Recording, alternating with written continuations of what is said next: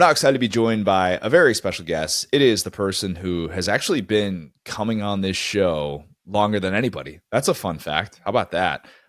Yeah, it is Peach Bowl CEO Gary Stokan. Gary, we've reached playoff week, which is awesome. And I know the Peach Bowl has a couple more weeks before we kind of figure out what exactly it will look like with the other half of this matchup. But has reality sunk in for you how different this new playoff system is with 12 teams having the team host sites for the first round, and just everything feels like it is on a different timeline than anything I bet you've ever experienced?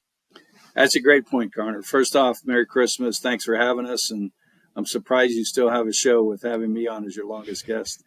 Um, it's been really interesting this year. As I tell my team every year, we have to continually improve.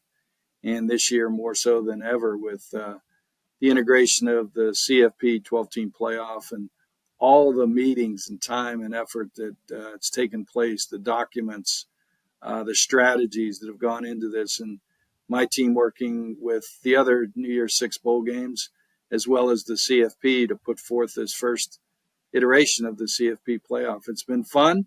It's been interesting. It's been a lot of work. And now, as I tell them, this is our game. This is the fun part of it, where we're actually able to host people. And, we'll miss certain things. We'll miss having the kids go to Martin Luther King Ebenezer Baptist Church or the College Football Hall of Fame or things like that took place during Bowl Week, our Battle for Bowl Week event, etc. But, as we've seen with viewership being up, attendance being up in college football, this 12-team playoff has really caught the interest of the nation in college football, which is great.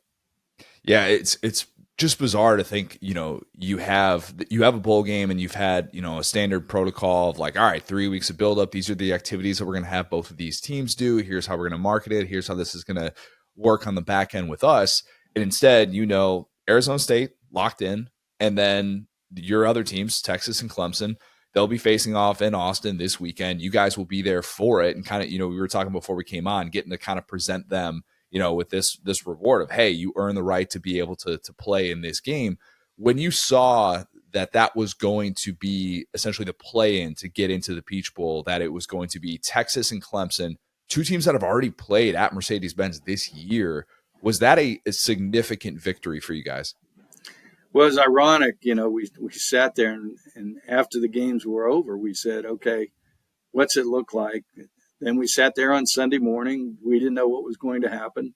We see Arizona State is, looks like our seed. And then we see 5-12 with Clemson and Texas. And then we start thinking through it. Ironically enough, they both played in Mercedes-Benz. I laugh because I tell Dabo Sweeney at the beginning of the year, and I told Kirby Smart, you guys want to play in Atlanta, in Dabo's case 3 times, once in the Aflac kickoff game, once in our Chick-fil-A Peach Bowl, and once in the national championship. And Kirby 4 times because we host the SEC championship game in Atlanta as well. We'll miss him on his 3rd trip. He's got 2 in. We'll miss him. He's going to the Sugar Bowl, but he has a chance to come back in January in the case of Georgia. And then Clemson, obviously, if they win this game, this will be, their 2nd time, and then they'll have a chance, obviously, of playing in January in Atlanta. The great thing is for us, being in Atlanta, we're going to host all 3 of the CFP major events, the quarterfinal, the semi, and the national championship, basically in a calendar year. This year we'll host the quarterfinal on January 1st, and then January 20th, the national championship will be played in Atlanta. And then next year, January 9th, I think, we play the CFP semifinal game. So great time for Atlanta and the CFP. What's that going to be like for you guys on Saturday? Like I said, you guys are going to be there at the Clemson-Texas game in the first round, but knowing that if that game gets lopsided, it's 28-7. It's kind of a different level of panic probably for one of those fan bases, like whoever's on the winning side of that. And they're going to try and start booking arrangements as soon as possible, and ticket sales all of a sudden. You'll probably, like, and I'm sure you guys have data where you track all that stuff. You guys are probably going to see that spike once that looks like, all right, that result is kind of locked in. Is there anything you do on the back end to prepare for that? Like, how exactly does that work, knowing that this is entirely dependent on Saturday's result? Yeah, and I give credit to a lot of the universities, their ticketing offices. The hay is pretty much in the barn. If Texas wins, they've sold their tickets. If Clemson wins, they've sold their tickets. So, that all has to be done in advance. Obviously, one of the unintended consequences and one of the things that concerns you is, are people going to be able to pay the prices for the travel? Because, the airlines use those algorithms, and they push the prices up when they know that people from Clemson are flying out of Greenville or Atlanta or Charlotte, maybe, to wherever. Um, and you have this game, you have the Chick-fil-A Peach Bowl, which in Clemson's case makes it a little easier because a lot of those people can drive.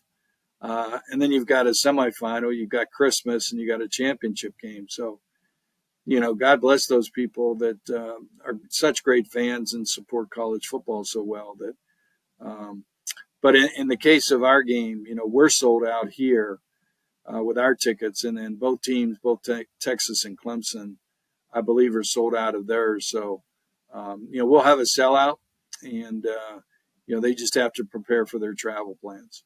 What's that like with resale stuff? Losing team, all of a sudden they're probably hitting the secondary market with those tickets, or do you get those tickets back and get to redistribute them to like and split them up between both of the teams? Like, how does that work when you have two ticket allotments that at least half of them are going to essentially want to like probably back out of those games? Like, do you have a normal clean way to kind of make that happen to where it's not just the secondary market who gets to benefit from it? Yeah, it's more on the individual schools. So, in other words, in the case of Texas and Clemson, they've made they have relationships with their season ticket buyers who are buying tickets based on if they win. So, in other words, they won't be charged, their credit cards if Clemson loses or Texas loses. They will be charged if they win, Yeah. and so that's the way that works. Arizona State, obviously, they know what bowl they're coming to and when, and so they've made the appropriate charges to their season ticket holders as well. So, and then our tickets are sold just because people buy basically a one-game season ticket to our bowl game every year because they know we're going to get great games. What's been the response of Arizona State fans so far? Because on one hand, it's hard to be less of a geographical match than Arizona State in Atlanta. It's not exactly a bike ride away, but at the same time, it's a massive alumni base, and they've got people all over the country, which is, I would imagine at this point, based on everything that I've seen from them, kind of appreciating how rare of a run this has been. So what's it kind of been like just in terms of the demand and the overall excitement for this game? Well, really interesting. I've talked to, I think, every media person in the Valley out there this past couple of weeks since we've known Arizona State's going to be in. A few interesting stories. One was the last time the Arizona State played in the Chick-fil-A Peach Bowl, or the Peach Bowl at that time, was our third bowl game back in 1970 when Frank Kush was number 8 in the country. And there were only 9 bowl games, I believe. And they couldn't get into the Orange, Sugar, Cotton, or Rose, the big bowls at that time. And the Peach Bowl reached out to them, brought them to Atlanta, and they played against North Carolina. They won 48-26, but it rained in the first quarter, snowed in the second quarter, or sleeted in the second quarter, snowed in the third quarter, and iced in the fourth quarter. And the people in Arizona were sitting there saying, we're freezing here, but it's 80 degrees in Phoenix today. Why don't we start one of these bowl games? So based on, Arizona State not being able to get into a bowl game because they were ranked in the top 10 and couldn't find a home, they said, well, let's make a home for them in the future, number one. And number two, because we got good weather, this would work out there. And so the people from Phoenix started to meet with the people from Atlanta in the Peach Bowl. And out of that was created the Fiesta Bowl. So an interesting story there. I'll tell the other one, Bill Dooley was the coach of North Carolina. And John Swofford, the former commissioner of the ACC, was a safety on that team. And Arizona State was so fast that when you look at the game film, Swofford's playing so far back you can't even see him in the game film. because their wide receivers just tore up North Carolina. But Vince Dooley was on the sideline because they didn't go to a bowl that game at Georgia, and he was supporting Bill, his brother. And he told me, he says, Gary, I was never so cold in my life. They were Bobby Dodd Stadium. And he said, I had to leave my brother. By the third quarter, I was so cold I couldn't stand it on the sidelines anymore. So a few interesting stories. But to answer your question, on the Arizona State side, you know, imagine, here they are picked last in the Big 12. They not only win the Big 12, but they get a chance to play in the CFP playoff, and they get a bye. And so they're so excited. It's fun to see. It's part of college football that I've enjoyed, is seeing the fans and the team and the media, really get excited about the opportunity that lie ahead. So that's what sports is all about, just having the opportunity to compete. And Arizona State's earned that opportunity to compete in the quarterfinal of the CFP Chick-fil-A Peach Bowl. And such a big part of that is Kenny Dillingham and his personality. It's so infectious, and I've loved what he has been able to build in such a short time there. And obviously, his roots in the Tempe area is certainly playing a part in the pride that he takes, and that's such a big reason why this Arizona State team has been so fun.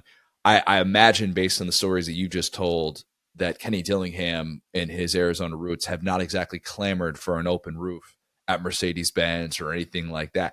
If he did ask for that, though, is that something that you can grant? Does that have to be agreed upon for both parties? Is it like a higher seated thing could dictate something like that? Have you gotten any sort of sense of how that would work if all of a sudden you had a coach come in with a neutral site game and be like, hey, I would love to be able to, I think this would play better. And ironically enough, like I think his team would actually embrace the cold a little bit more than some others would, Clemson and Texas, with the style that Arizona State plays. Has he made any sort of weird request like that?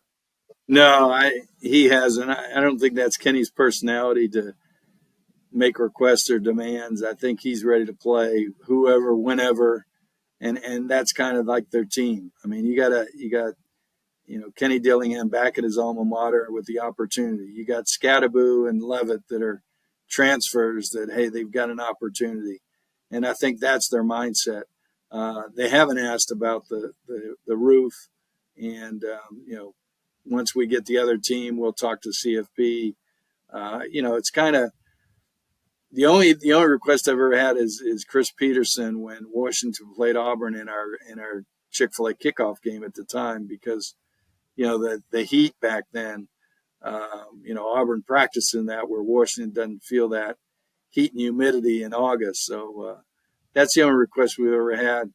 We'll take it under guidance as to what the weather is going to be like, and then make a call. More than likely at 1:00 it'll be closed, and that's probably the fairest for both teams.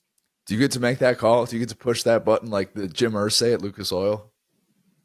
Yeah, we'll take into consideration, but it's under guidance with a lot of people. Obviously, it'll be discussions with CFP, with both athletic directors and coaches, and then Mercedes-Benz Stadium as well.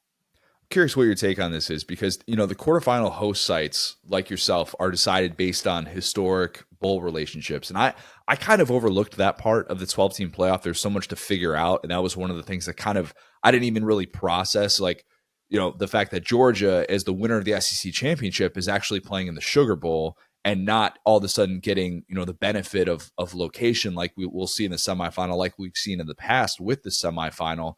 Because obviously if Georgia had it its way, it'd be playing at Mercedes-Benz, and it wouldn't necessarily, and it's the number 2 seed. Oregon would still be playing in the Rose Bowl.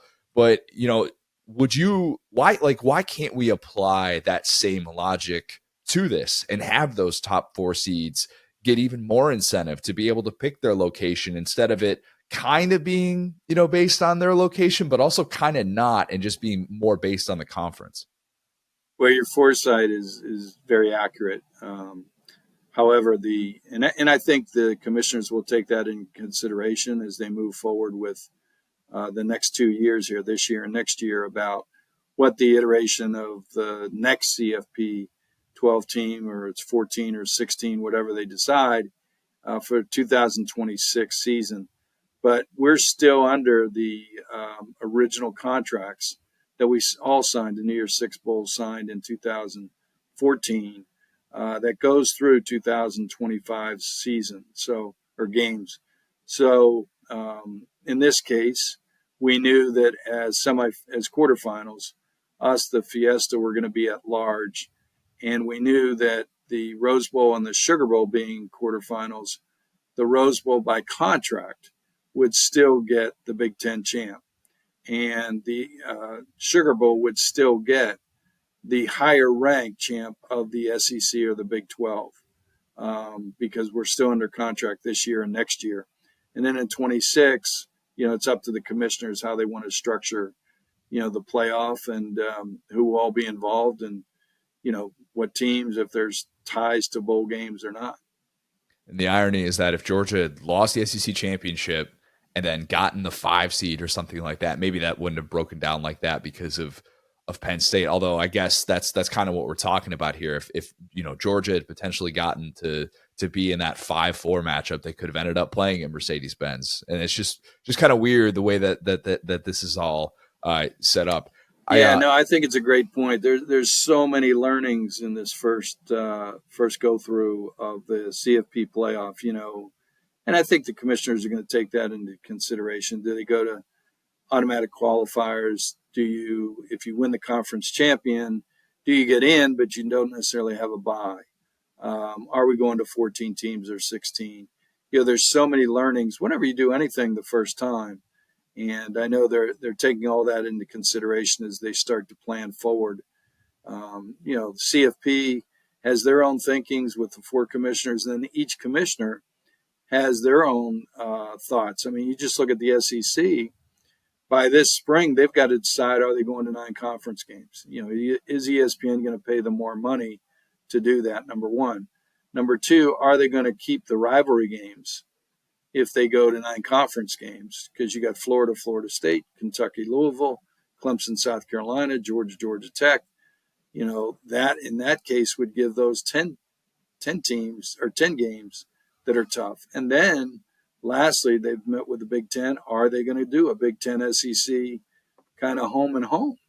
That would give you 11 tough games. And, they've got to feel out the CFP selection committee. Are they rewarding wins, or are they rewarding, strength of schedule, how all that works? So there's a lot of remuneration back there, and,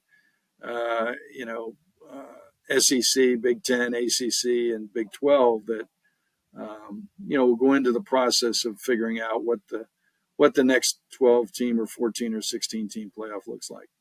You talk to athletic directors. I think we can all agree that as fun as it'll be to see these first round playoff games on college campuses, it's an entirely different conversation for what you deal with logistically.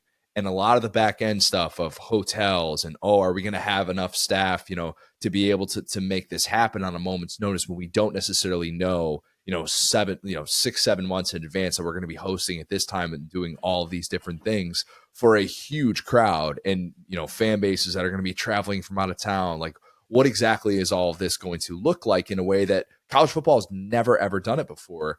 What issues have you heard from athletic directors that you've talked to with some of these first round playoff games of having these games on college campuses? Because I know that's something that you kind of warn people about when you're like, hey, there's a reason why we have these games in big time cities and why, big New Year's Six Bowl, those sites aren't going away, and why you guys have been, able to kind of stand the test of time, even as college football has continued to change. Yeah, I think some of the concerns are, hotel space. I think probably some of the ADs that are not hosting the games are probably concerned about the 3,500 tickets that they get. I think that's a couple right off the bat that I can think of. I know a lot of ADs wanted the games on site in the first round. There's revenue involved. Obviously, there's a home field advantage involved. So it'll be interesting to see. My belief is that, the bowl games around the country, there are some great other bowl games besides the New Year's Six that could host these games. And so my thought was always to host them at all the bowl games. But, they wanted to try something on campus. And again, as I said earlier, with the current structure, they'll look at a lot of learnings from this first year of, games on site. What are they going to learn? And, they'll improve it from there. So, it'll be interesting to see. Obviously, when you're talking about Texas and Notre Dame and Ohio State and what's the other game? SMU and Penn State. Yeah, Penn State. I mean, they're used to having sellouts and large crowds and everything.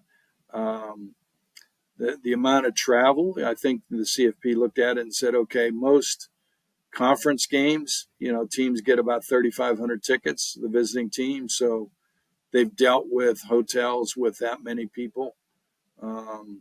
So it'll be interesting to see the first round games. We're excited again to go to Austin and see the Clemson Texas game and know one of those teams are going to come play in our quarterfinal game. So, but again, I think the CFP, the ADs will, they'll have a manual of what went right, what things they can improve on, and then they'll take that into consideration for the next iteration.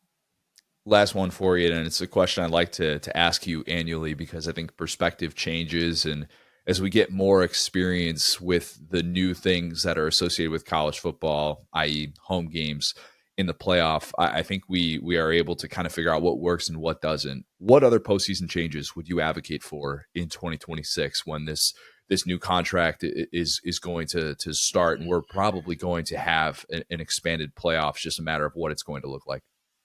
I think that probably amongst maybe 10 things or more that college football needs to get right and deal with and change. Not necessarily saying they're all bad, but, we've really got to look at the calendar and, I don't know the answer, but I know that we've got to look at the calendar and decide what we want to do with what makes sense with transfer portal and free agency and bowl games and opting out and all the rest. Because if you just brought somebody in who had no idea about what we were doing and said, here's the calendar of how college football works, they would wonder who put that together. And again, I still go back to where I think we still need a home office of college football. We need a commissioner. I look at the NFL. The NFL, those owners are billionaires. They think about football every day. And college football, we seem to, follow the NFL by 10 years. I mean, you look at this year, what are we doing? We're bringing iPads and green dots on helmets with communication. It's like forever. The NFL's been doing that for 10 years. You know, but no one is looking at college football every day and saying what we need to do to improve it. You watch, our kickoffs will change in the next 5 years because the NFL changed their kickoff. But we need to get back to being college athletics and getting kids opportunities for scholarship, getting them a degree and then getting them a job. And I saw some statistics where there's 1,500 kids in the transfer portal. You got teams like Marshall, opting out of a bowl game because they don't have a team now. But more than anything else, I worry about the statistics that I read where I think it's 20% of kids that transfer more than once are not getting their degrees. And that's not what college athletics is about. We seem to keep moving to an NFL light type of system with general managers and, the transfer portal is free agency. And, that's not what college athletics is about. And let's stop, pandering to the 2% of kids that are going to go pro. And let's worry about the 98% kids that aren't.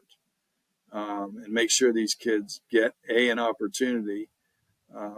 There's 132 FBS schools, I think.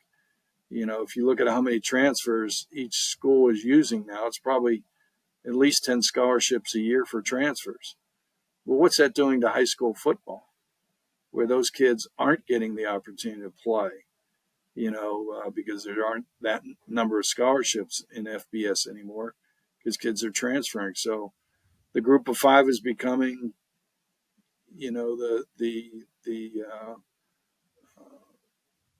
the minor league, so to speak. And I hate to use that term, not to denigrate anybody in the group of five, but a lot of those kids are playing there 1 year, and now they're transferring to the FBS schools.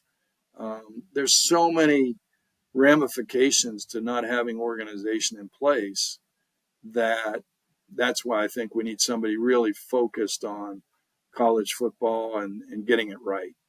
It's hard because if the calendar were easy, someone would have come up with it by now. Like the Penn State backup quarterback hitting the portal right as they're about to go into the playoff, and everybody's like, "Man, this is a sign that the system is broken." And you realize that in terms of getting, you talk about trying to get all the student athletes to be able to get degrees and stuff. Well, you can't transfer in February and hope to be able to do things like that. And it's just it's a mess with all that's associated with that. And so you feel like you provide for one side, you take away from the other. And I agree. I think there needs to be somebody sitting down and saying, guys, we need to factor everything into this college football calendar that might not appease everyone, but we need to do a better job of figuring out what this looks like in the modern world of college football. Gary, you're the best. Really, really appreciate the time, man. Wish you the best of luck on everything this postseason and beyond. I know you'll be on top of all these changes and everything that's coming at our sport. Thanks, Connor. Appreciate it. Always enjoy talking with you at this time of the year. And have a Merry Christmas, and I hope to see you at the Chick-fil-A Peach Bowl. Absolutely. You too, man. Take care.